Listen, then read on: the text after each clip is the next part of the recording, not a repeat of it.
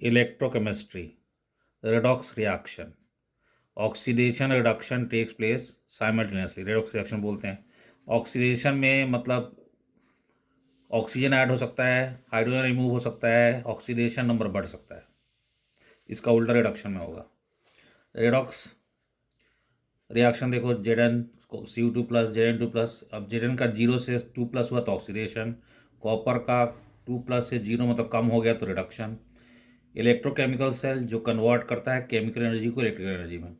इधर एनोड है जिंक का, कैथोड है कॉपर का, इसमें Zn4 डला हुआ है, इसमें कॉपर सल्फेट डला हुआ है। ऑक्सीडेशन होता है एनोड पे और रिडक्शन होता है कैथोड पे।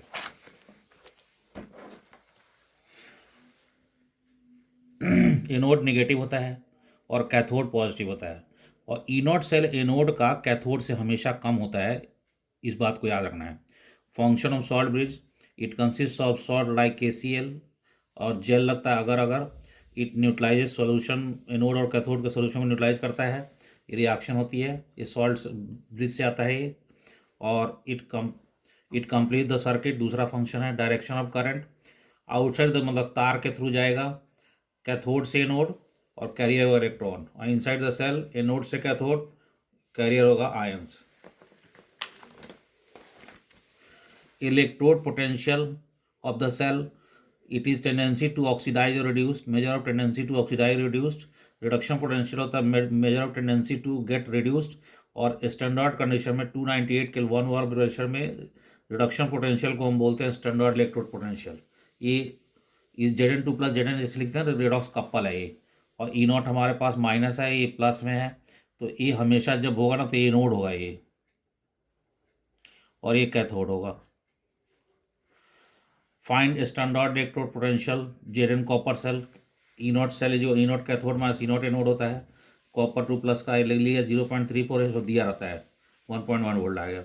नॉर्मल हाइड्रोजन इलेक्ट्रोड, ये इलेक्ट्रोड होता है जिस स्टैंडर्ड इलेक्ट्रोड होता है जिससे ई नॉट सेल हम फाइंड करते हैं दूसरे का। प्लैटिनम होता है dipped in 1 molar HCl solution है 298 till 1 बार प्रेशर, आ सकता है नोट लिखना।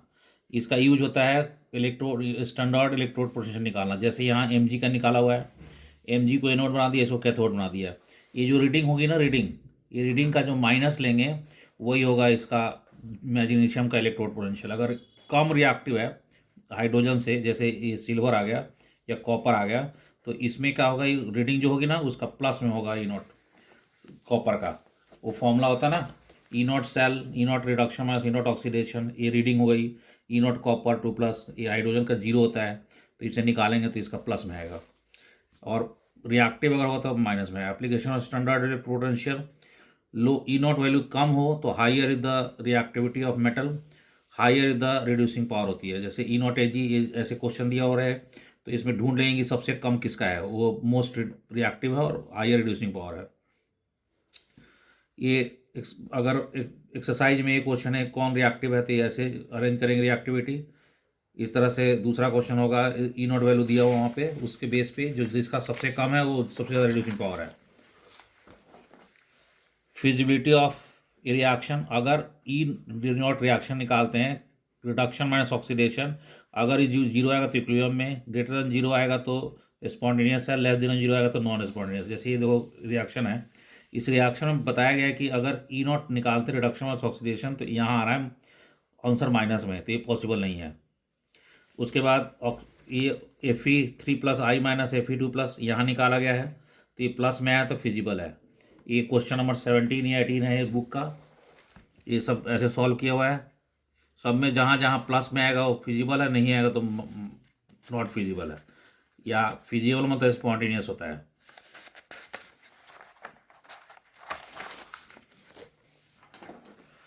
टू फाइंड स्टैंडर्ड गिव्स free energy delta G equal to minus NF E not cell होता है, N होता है नंबर ऑफ इलेक्ट्रॉन लॉस्ट और गेंड, और F होता है फैराडेज कांस्टेंट। फैराडेज कांस्टेंट की वैल्यू दी रहती है, नहीं तो हम अपनी तरफ से 965 ले लेंगे। ये 3.4 सॉल्व किया हुआ है क्वेश्चन, आपको बुक से देखना पड़ेगा। यहाँ से ई नॉट निकालना है तो रिडक्शन माइनस ऑक्सीडेशन कर लिया, तो ये वैल्यू जो दी होगी पेपर में वो हम डाल के निकाल लेंगे। डेल्टा G निकालना तो minus NF E not solve multiply कर लिया, ये आ गया आंसर। Fe3 प्लस Ag, अब हम लोग वैसे ही कर लेंगे रिडक्शन माइनस ऑक्सीडेशन निकाल लेंगे, ये इतना आ गया, इसको मल्टीप्लाई कर दिया NF नॉट सेल से। Relation between electrode potential and temperature, E cell is equal E not cell 2.303 RT/NF log Kc होता है। ये नास्ट इक्वेशन बोलते हैं। ये जो इसकी वैल्यू होती है 298 केल्विन पे, ये 0.059 होती है।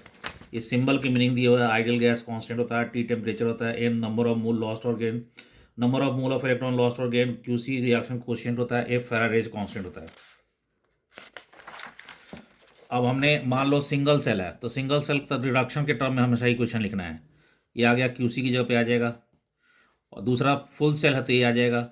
और हमेशा जो रिएक्शन लिखने के बाद ही, बैलेंस रिएक्शन लिखने के बाद ही N फाइंड करना होता है। जैसे N यहाँ 2 है, 2 इलेक्ट्रॉन लॉस हुआ है। What is effect of temperature electrode potential, temperature का इफेक्ट क्या होता है? अगर टेम्परेचर बढ़ा देंगे, टेम्परेचर बढ़ा तो ये पूरे फैक्टर की वैल्यू बढ़ जाएगी, और ये कांस्टेंट होता है, ई नॉट सेल कांस्टेंट होता है, तो ये इसकी वैल्यू घट जाएगी, मतलब टेम्परेचर बढ़ाने से ई सेल घटता है। E cell will decrease with the temperature. What is effect of increase in concentration, अगर कंसनट्रेशन की बात की जाए तो आप देखो Zn2+ Cu2+ है ये रिएक्शन, तो हम Zn2+ की कंसनट्रेशन बढ़ाएंगे तो ये पूरे की वैल्यू बढ़ जाएगी तो ई सेल घट जाएगा, और कॉपर 2+ बढ़ाएंगे तो ये पूरे की वैल्यू घट जाएगी तो ई सेल बढ़ जाएगा। इस ऑन इंक्रीजिंग टेम्परेचर ये डिस्क्राइब किया 2.303 जेन विल, ये बताया हुआ डिस्क्राइब किया। What is effect of Cu2+, यही भी बताया मैंने। Right difference between electrode potential and EMF होता है electrode potential, electromotive force, electrode potential, it is potential difference of 2 electrode when cell is not being used, और ये cell जब use हो रहा होता है EMF मैक्सिमम होता है, ई नॉट सेल इलेक्ट्रोड पोटेंशियल कम होता है EMF से हमेशा। it is maximum potential difference, it is less than EMF, it is measured by potentiometer, it is measured by voltmeter, it is responsible for flow of current, it is not responsible for flow of current। In text question है solve किया, done in theory. Zn2+ Cu2+ Cu, Zn is more reactive than copper, hence हम नहीं रख सकते zinc के container में copper sulphate नहीं रख सकते। Fe2+ Fe ऑक्सीडाइजेस CuAg और इसको ऑक्सीडाइज कर देगा। उसके बाद 3.1 ये क्वेश्चन देख के या सॉल्यूशन देख लेना आप लोग। वैसे QC आ जाएगा ये, और QC निकाल लेंगे, उसको सॉल्व कर लेंगे। देखिए आप लोग कैसे सॉल्व किया हुआ है। Kc इज इक्वल टू, अब ये इसमें नहीं जा रहा सॉल्व कैसे किया हुआ बताने में, कि it will take more time. log m into N log m plus N होता है, log m to N log m minus N होता है, log m to the n log m होता है, log 10 1 होता है, log 1। आजकल log की वैल्यू दी रहती है, इसलिए इसमें ज़्यादा टेंशन वाली बात होती नहीं है। वैसे सिखाया हुआ log आप देख सकते हैं, एंटी लॉग सिखाया हुआ है यहाँ पे। अगर ये माइनस में एंटी लॉग आए ना तो एक ज़्यादा माइनस कर लेते हैं, प्लस कर लेते हैं, तब लॉग टेबल देते हैं। ये हो गया हमारा एग्जाम्पल 3.7। सब एग्जाम्पल सॉल्व किए हुए हैं, इंटेक्स क्वेश्चन भी सॉल्व किए हुए हैं। ये सॉल्यूशन आप रोक के देख सकते हो, वीडियो तो रुक जाती है, देख सकते हो। ये यहाँ ऐसे देख सकते हो, ये सब सॉल्व। इलेक्ट्रोलाइट जो स्ट्रॉन्ग इलेक्ट्रोलाइट होता है, वीक इलेक्ट्रोलाइट वाटर में सॉल्युबल होता है और इलेक्ट्रिसिटी कंडक्ट करता है। अगर कंप्लीटली करे और कंप्लीटली सॉल्व तो स्ट्रॉन्ग, और वीकली करे तो वीक इलेक्ट्रोलाइट, पार्शियली करे तो। एग्जाम्पल दिए हुए हैं सब। कंडक्शन ऑफ इलेक्ट्रिसिटी ज़्यादा करता है, स्ट्रॉन्ग ये कम करता है। Factors on which electrolyte conduction depend, nature of electrolyte, जैसे स्ट्रॉन्ग का ज़्यादा होगा, साइज ऑफ आयन ग्रेटर होगा तो solvation of the ion less is the conduction.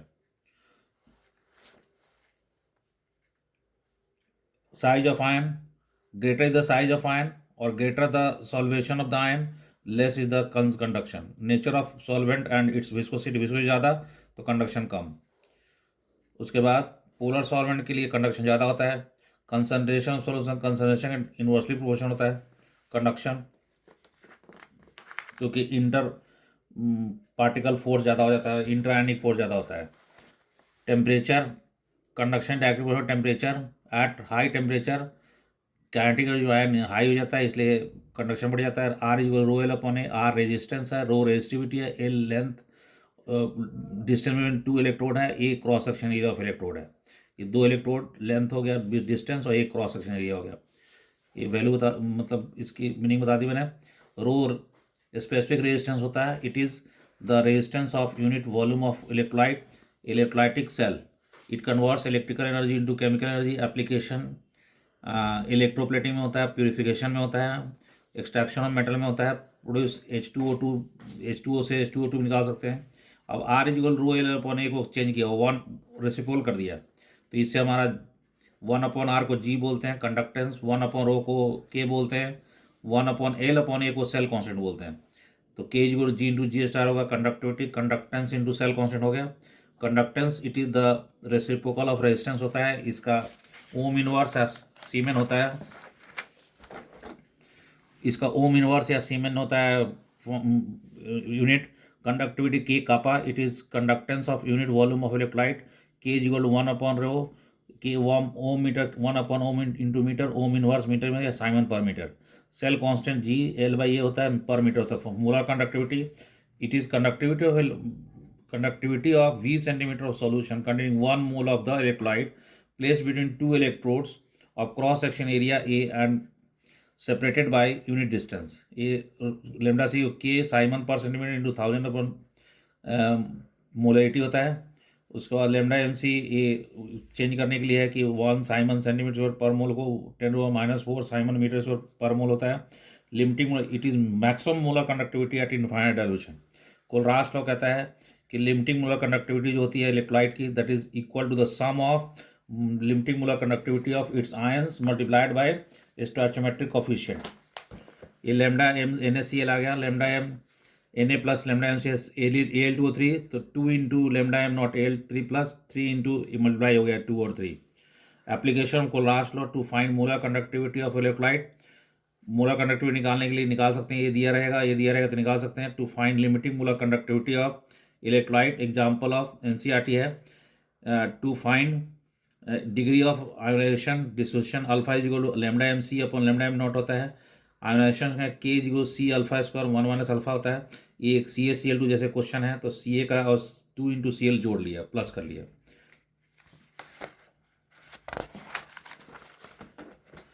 How does conductivity के depend on concentration of solution. के कंसनट्रेशन ज़्यादा होता है तो ज़्यादा होता है इसका कंडक्टिविटी, क्योंकि ये डिपेंड करता है नंबर ऑफ आयंस पर यूनिट वॉल्यूम ऑफ सोल्यूशन। लेकिन मोलर कंडक्टिविटी घटता है जब कंसनट्रेशन बढ़ाते हैं तो घटता है, और डाइल्यूशन करने पे बढ़ता है। स्ट्रॉन्ग इलेक्ट्रोलाइट कम बढ़ता है और वीक इलेक्ट्रोलाइट का ज़्यादा बढ़ता है। स्ट्रॉन्ग इलेक्ट्रोलाइट ओसेंजर इक्वेशन होता है lambda M C minus is equal to lambda M naught minus A√C। ये कांस्टेंट है, C कंसनट्रेशन है, और ये एट इनफाइनाइट डाइल्यूशन है। Molar conductivity at given concentration है। Y is equal to C plus mx। तो ये ग्राफ ऐसे बनता है। ये स्ट्रॉन्ग इलेक्ट्रोलाइट का, वीक इलेक्ट्रोलाइट ज़्यादा बढ़ता है। वीक इलेक्ट्रोलाइट में एक एक्स्ट्रा कारण होता है कि डाइल्यूशन से नंबर ऑफ आयंस पर यूनिट वॉल्यूम बढ़ता है, इसलिए ज़्यादा बढ़ता है उसका। रीजन आप पढ़ सकते हैं यहाँ से, जो मैंने समझाया है वो लिखा हुआ है आपको यहाँ पे, वीक इलेक्ट्रोलाइट का सब लिखा हुआ है। उसके बाद distance between ions increases with dilution makes fast movement of ion, इससे बढ़ जाता है मोलर कंडक्टिविटी ऑन डाइल्यूशन। ये है alpha is equal to K/C, तो C बढ़ाओगे तो अल्फा घटेगा। उसके बाद limiting molar conductivity of weak electrolyte can not be determine. क्यों नहीं डिटरमाइन कर सकते? क्योंकि एट इनफाइनाइट डाइल्यूशन के की वैल्यू हम फाइंड नहीं कर सकते, क्योंकि इनफाइनाइट डाइल्यूशन में number of ion per unit volume कम हो जाएगा, जिससे हम लिमिटिंग मोलर कंडक्टिविटी फाइंड नहीं कर सकते, के नहीं फाइंड कर सकते, इसलिए हम limiting molar conductivity weak electrolyte का फाइंड नहीं कर सकते। Alpha is equal lambda M C, ये क्वेश्चन है यहाँ पे, C अल्फा स्क्वायर ये क्वेश्चन है। इंटेक्स क्वेश्चन 3.7 डन हो गया पीछे। 3.8 फाइंड लेमडा एम H2O को निकालने के लिए H प्लस और OH माइनस से निकाल लेंगे। Lambda M naught strong electrolyte Kohlrausch law, एक NCERT क्वेश्चन है। ये हमारा मतलब वाटर कैसे निकाल सकते हैं बताया हुआ है, ये वाटर का ये 3 इलेक्ट्रोलाइट से निकाल सकते हैं। अब C इज इक्वल 0.2 मोल पर लीटर 3.9 क्वेश्चन है ये, लेमडा एम दिया हुआ है, तो हमारे पास लेमडा एम HCO माइनस ए हो गया, H प्लस ए हो गया, दोनों को प्लस कर लेंगे। दोनों को जब प्लस कर लेंगे तो ये आ जाएगा अल्फा निकाल लेंगे, lambda M C M, lambda M naught दिया हुआ है, ये आ गया, के इज इक्वल टू इस वैल्यू डाल के निकाल लेंगे। Electrolytic cell, it converts electrical energy into chemical application of electrolytic cell, पहले भी किया हुआ, purification of metal, Faraday's law of electrolysis. Faraday's law of electrolysis first है कि amount of substance deposited electrode is directly proportional to charge passed, तो M is direct proportional Q, M Z Q हो जाएगा, M equal Z into I T, Q is equal I into current in time होता है। Z को electrochemical equivalent बोलते हैं। It is amount of substance produced when 1 coulomb of charge is pass through electrolytic solution. Z is equal to E upon F हो गया, Z equal molar mass upon valency into F हो गया, Z M upon we valency into F हो गया। अब इसको एक value put कर दें तो M is equal to M I T, M molar mass है, वी इंटू एफ हो गया, ये फॉर्मूला हो गया। Second law, when when electrodes are connected in series then mass is directly proportional to equivalent weight, mass equivalent का directly proportional होता है, उससे हो जाएगा formula M1 upon E1 equal M2 upon E2। ये 3.10 क्वेश्चन है हमारा, ये I इंटू टी आ गया, निकाल लिया, और उसके बाद यहाँ से कॉपर 2+, 2 मोल इलेक्ट्रॉन आएगा, ये सब डायरेक्ट क्वेश्चन हो जाता है। जितना यहाँ आएगा ना चार्ज उतना फैराडे हो जाएगा, 1 मोल में 1 फैराडे होता है। ये सब न्यूमेरिकल देखिए आप कि ऐसे ही जो मैंने समझाया वैसे हो जाएगा। 11 क्वेश्चन है कि लिथियम सोडियम एल एक्सेट्रा, उसका क्वेश्चन है, आंसर है। ये हमारे पास क्वेश्चन है, इसमें बता रहा है कि कितना मोल, तो 6 मोल होगा। 1 मोल AL3 पे तो 3 मोल होगा, यहाँ 2 मोल होगा, 2 फैराडे हो जाएगा, 5 फैराडे हो जाएगा, इस तरह से सॉल्व हो जाएगी। CaCl2 Ca2+, तो अब 2 फैराडे तो 40 ग्राम, तो 1 फैराडे तो 20 ग्राम, ये आंसर हो गया। Al2O3 AL3 + 3 electron Al 3 Faraday हो गया यहाँ से, तो 27 ग्राम के लिए 3 फैराडे, तो 40 ग्राम के लिए कितना हो गया, ये क्वेश्चन हो गया। Q is equal to N into NF, ये आ गया हमारा, ये N number of mole of electron है, ठीक है। उसके बाद 1 mole of H2O2 to O2, 1 mole O2 minus से O2 मिलता है, तो 2 इलेक्ट्रॉन में 2 फैराडे हो गया। Fe2 प्लस Fe3 बनाना तो 1 फैराडे हो जाएगा, क्योंकि Fe2 प्लस Fe3 पर बनाना है। 5 एम्पियर दिया हुआ है हमारा, तो ये फर्स्ट लॉ लगा के हम निकाल लेंगे इसको। 2 फैराडे इतना आ गया, 58.96 ग्राम आ गया, तो 1 फैराडे कितना हो जाएगा, 12 इतना कितना हो जाएगा, ये ऐसे हो जाएगा। उसके बाद फर्स्ट लॉ वाला ये क्वेश्चन है, ये फैराडेज का बुक का क्वेश्चन है, ये पार्ट 2 ऐसे क्वेश्चन है, कॉपर है, एक बार बोर्ड में आया हुआ भी है ये। पहले फर्स्ट लॉ लगाएंगे फिर सेकंड लॉ लगाएंगे। Product of electrolysis, it depends on nature of electrolyte, nature of electrode. अगर हमारे पास है ये रिएक्टिविटी सीरीज, पहले भी किसी में बताया हुआ है, रिएक्टिविटी सीरीज है ये। Less reactive metal has high E naught value, discharge potential it obtain होता है, जब कैथोड पे वही ऑप्टेन होता है जिसकी हाई ई नॉट वैल्यू होती है, एनोड पे वो ऑप्टेन होता है जिसकी लो ई नॉट वैल्यू होती है। दिया हुआ कौन ऑप्टेन होगा, जैसे CuCl2 इलेक्ट्रोलाइसिस कराते हैं तो Cu2 plus Cl minus H2H+OH-, ये कम रिएक्टिव है तो यही ऑप्टेन हुआ कैथोड पे, और Cl और OH- में से OH- को ऑप्टेन होना चाहिए, लेकिन डिस्चार्ज पोटेंशियल के कारण, मतलब इसको बोलते हैं ये एक्स्ट्रा पोटेंशियल होता है, डेवलप हो जाता है, इसी कारण से हम Cl- को डिपॉजिट कराएंगे, जिसको ओवर पोटेंशियल बोलते हैं। ये पढ़ना है आप लोगों को, आ सकता है पेपर में। कैथोड यही हो, AgNO3 का इसी तरह बताया हुआ है यहाँ पे। Solution AgNO3 platinum electrode, Ag+H+, यहाँ Ag कम रिएक्टिव होती है, ऑप्टेन होगा, और OH- और NO3- में OH- ऑप्टेन होगा। डाइल्यूटेड SO4, ये पेपर में भी आया हुआ, डाइल्यूटेड SO4 करेंगे तो H+ कैथोड पे जाएगा, एनोड पे OH- SO4 OH- मिलेगा। और कंसनट्रेटेड H2SO4 में क्या होगा, कंसनट्रेटेड H2SO4 में कैथोड पे H2 मिलेगा, एनोड पे H2 पेरोक्सी डाइसल्फेट आयन मिलेगा। बैटरी, प्राइमरी बैटरी जो चार्ज नहीं कर सकते, और सेकेंडरी बैटरी जो चार्ज कर सकते हैं। ड्राई सेल, जिंक कंटेनर होता है इसका, और जिंक कंटेनर के अंदर एक कार्बन इलेक्ट्रोड होता है, कार्बन इलेक्ट्रोड के चारों तरफ MnO2 होता है, और कार्बन का पेस्ट होता है, उसके बीच में जो खाली जगह होती है उसको ZnCl2 अमोनियम क्लोराइड पेस्ट होता है, जो इलेक्ट्रोलाइट का काम करता है। और इसमें रिएक्शन देखिए आप कैसे आ रही है। मर्क्यूरी सेल में एनोड में zinc amalgam cathode, zinc amalgam cathode anode होता है, और कैथोड होता है paste of HgON carbon, electrolyte paste of KOH and Zn होता है। ये रिएक्शन आपको देख रहे हो, ये रिएक्शन आपको लिखना है। उसके बाद इसका पोटेंशियल फॉल नहीं होता है, इसलिए कि इसमें कोई आयन डेवलप नहीं होता, आयन नहीं प्रोड्यूस होता। Lead storage battery, anode lead होता है, cathode grid of lead packed with PbO2। इसमें रिएक्शन होती है Pb+SO4 PbSO4 प्लस 2 इलेक्ट्रॉन, ये रिएक्शन होती है। और रिचार्जिंग के लिए रिएक्शन को उल्टा करने का होता है, ये आ सकता है पेपर में रिचार्जिंग वाला, रिचार्जिंग में उल्टा कर देते हैं रिएक्शन को। निकल कैडमियम सेल, ये आजकल कॉस्टली होता है इसलिए ये कम आने के चांसेस हैं। Fuel cell, it converts heat energy of CH4H2 methane, methanol को करता है इलेक्ट्रिसिटी में। हाइड्रोजन बेस्ड फ्यूल सेल, इसमें एनोड और कैथोड कार्बन का बना होता है, प्लैटिनम पैक्ड होता है उसमें, और ये प्लैटिनम इलेक्ट्रोड का काम करता है। इसमें क्या होता है कि कैथोड पे रिएक्शन होती है O2+2H2 4 electron 4OH minus, anode पे रिएक्शन होती है और दोनों को प्लस कर लेते हैं तो H2+O2H2 आता है। इसलिए इसमें एडवांटेज में पॉल्यूशन नहीं करता, नो पॉल्यूशन, इसकी एफिशिएंसी ज़्यादा होती है। और H2O2 जब तक पास कराएंगे तब तक ये देता रहेगा करंट हमें। हाई एफिशिएंसी 70% होता है, वाटर प्रोड्यूस पीने के काम आ जाता है। Corrosion, formation of layer of compound on the metal surface is called corrosion. Ag पे Ag2S होता है, कॉपर पे CuCO3 CuHL2 होता है, ग्रीन कलर का होता है, Fe पे रस्ट हो जाता है, Mg पे MgO होता है, Al पे Al2O3 होता है। मैकेनिज्म ऑफ कोरोजन, ये भी पेपर में आ सकता है कि CO2 SO2 acidic gases water में डिजॉल्व हो जाती है, ये एसिड बनता है, एक साइड एनोड बन जाता है, एक साइड कैथोड बनता है। एनोड पे रिएक्शन होती है Fe gives Fe2 plus 2 electron, cathode पे रिएक्शन तो O2+4H प्लस 4 इलेक्ट्रॉन 2H2O, इसको प्लस कर लेंगे तो ये आएगा Fe2+। फिर एयर में Fe3 चेंज होता है, O2H2 ट्रेंस में Fe2O3 रस्ट में चेंज होता है। Prevention of corrosion, barrier method, paint कर देते हैं, ऑयल लगा देते हैं। सेक्रिफिकेशन, मोर रिएक्टिव मेटल से कोट कर देते हैं, जिंक से जैसे मैग्नीशियम से। अलोइंग, अलॉय बना देते हैं। Less reactive metal like Ni, इन सब से कोट करा देते हैं।